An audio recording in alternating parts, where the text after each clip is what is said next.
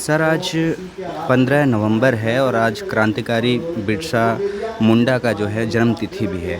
इस अवसर पर ये कार्यक्रम किया गया, क्या कहना चाहेंगे? सबसे पहले तो आज धरती आबा बिरसा मुंडा का जन्मोत्सव पूरे भारत देश में मनाया जा रहा है और ये बहुत ही खुशी की बात है कि अब धीरे धीरे बहुजन समाज के लोग बहुजन समाज के महापुरुषों को समझने लगे और उनके विचारों को अपने आप में आत्मसात करने लगे और अपने हक अधिकारों के लिए अब आंदोलन भी करने शुरू कर दिया।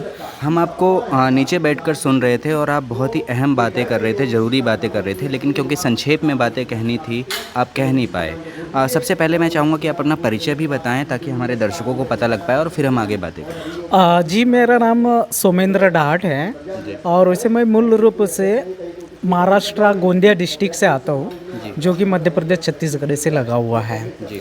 और फिलहाल हम लोग दिल्ली के अंदर 6, 7, 8 तारीख को तमाम Bahujan Samaj SC ST OBC minorities को इकट्ठा करके उन्हें जगाने का काम कर रहे हैं, उनके हक अधिकारों की बात कर रहे हैं और धीरे धीरे ये मुहिम बन रही है। और हम लोग जो सैनर्जी पे काम कर रहे थे क्योंकि सभी संगठन अलग अलग काम करते हैं, तो मेरा मानना है या हम लोगों का भी ऐसा मानना है कि हम अगर अलग अलग काम करते हैं और जो हमारा दुश्मन है ये काफ़ी मजबूत है, तो हम अलग अलग आवाज़ें उठाते गलियों में, डिस्ट्रिक्ट में, राज्यों में, और उस दुश्मन के सामने हमारी आवाज़ काम नहीं कर पाती।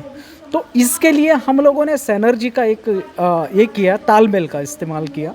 और तालमेल से उन लोगों को, जैसे आप एक झाड़ू को लेते हैं तो झाड़ू का काम होता है सफाई करना, वो कचरा साफ करती है, लेकिन अगर झाड़ू को बिखर जाए झाड़ू तो खुद कचरा बन जाती है।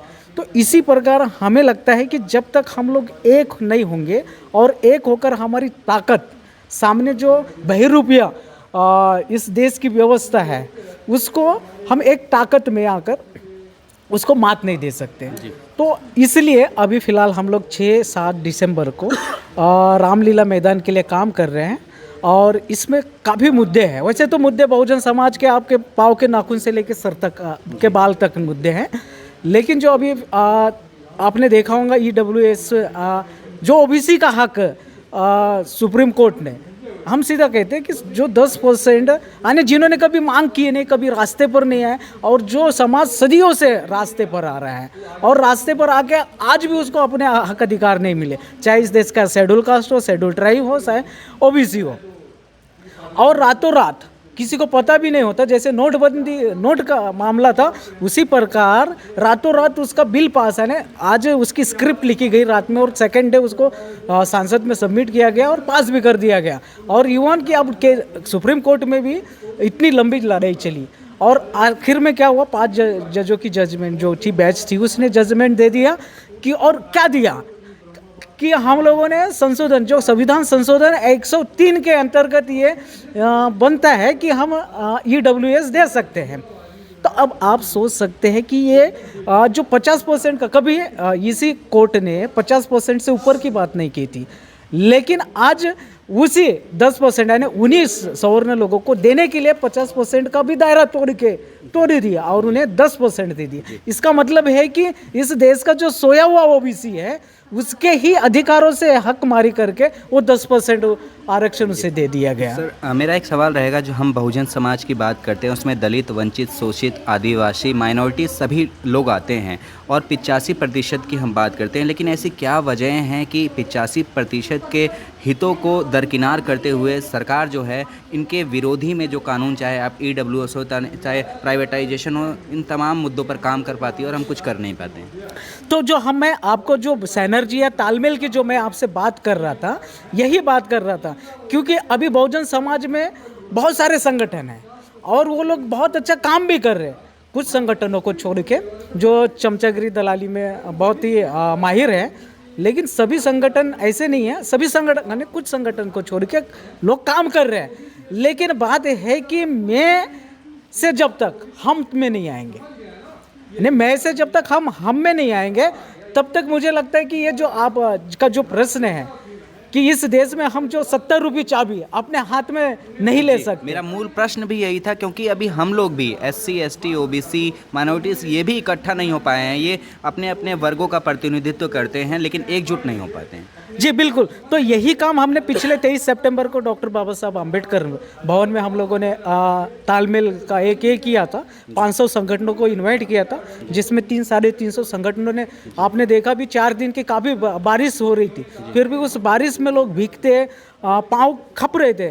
ऐसे इसमें वो लोग आए, पूरे देश से, अलग अलग स्टेट से आए थे और सभी लोगों की सहमति मिली थी। और अभी हम लोग करीबन 1500 जो भारत के तमाम संगठन हैं, SC ST OBC माइनॉरिटी के संगठन, उनका अभी हम लोगों को सभी संगठनों का वो मिल रहा है, प्रतिशत मिल रहा है, समर्थन मिल रहा है।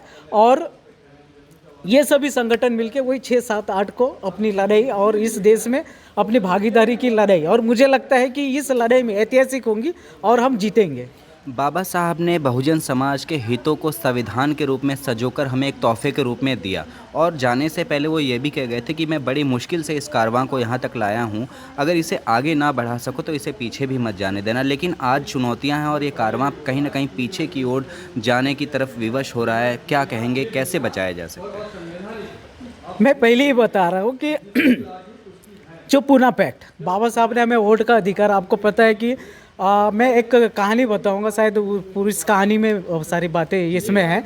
जब बाबा साहब लंदन से आने, बाबा साहब के जो उनके बेटे उनके घर में बीमार, उनका जब उनका पार्थिव शरीर घर में था और उनके पास पैसे नहीं थे कफन के लिए, ऐसी स्थिति में बाबा साहब लंदन जाते हैं तो लोग तो सीधे उन्हें पागल ही समझेंगे कि बच्चे के कफन के लिए पैसा जिसके पास नहीं है वो लंदन जाके पैसे, है ना, वो लंदन जा रहा है।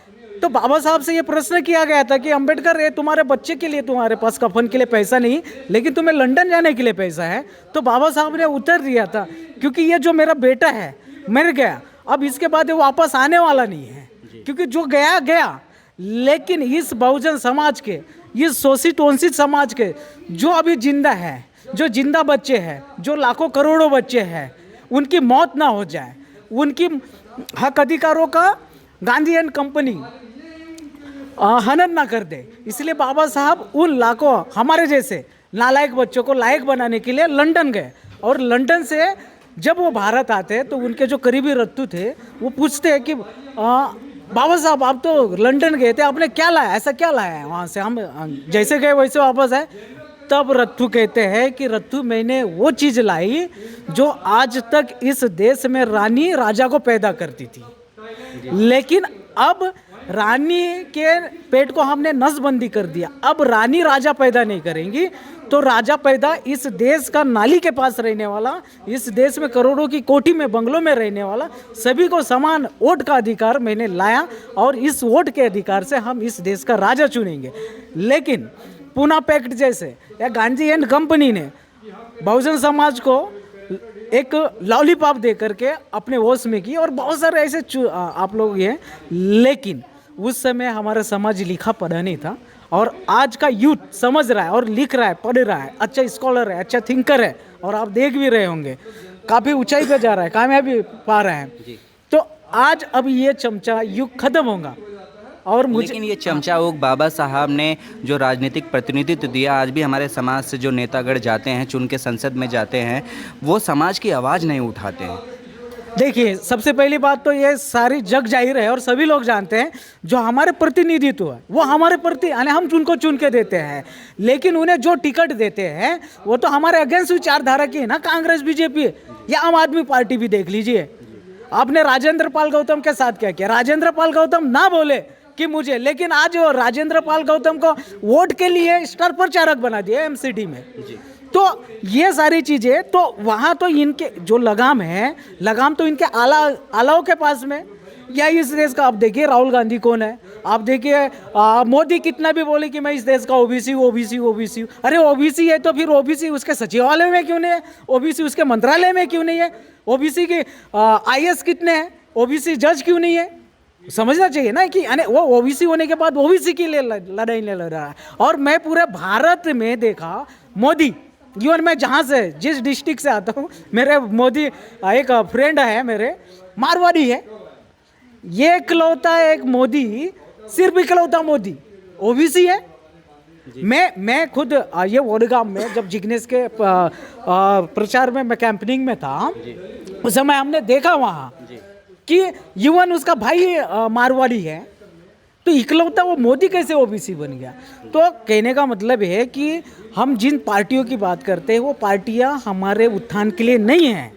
ये पार्टियां, क्योंकि साहब कांसीराम कहते थे ना कि कांग्रेस नागनाथ है तो बीजेपी सांपनाथ है, तो हमें समझना पड़ेगा। और इनकी ब्रांचेस छोटी छोटी आम आदमी पार्टी जैसी ब्रांचेस हैं, तो इसलिए हमें अब ये जो हम 6-7 का कार्यक्रम कर रहे हैं, इसी आवाज़ को बुलंद करने और उस नालायक जो हम जिन्हें चुन के देते हैं हमारे लोगों को, उन लोगों को जगाने के लिए ये कार्यक्रम है। हमारा समाज जो भ्रमित है और आज भी हिंदू राष्ट्र की बनाने की श्रेणी में अग्रिम पंक्ति में खड़ा है, समाज का बहुत बहुसंख्यक धड़ा अभी तक जो है जागरूक नहीं हो पाया, उनके लिए क्या कहना चाहेंगे? देखिए, एक सरकारी ऑफिस में आप देखिए या फिर भारत सरकार में, अब गवर्नमेंट में मैंने बहुत सारी चीज़ें देखा कि वहाँ पर अगर किसी इमारत का भी अगर वो उद्घाटन होता है या उसकी पूजा होती है तो हिंदू पद्धति से होती है।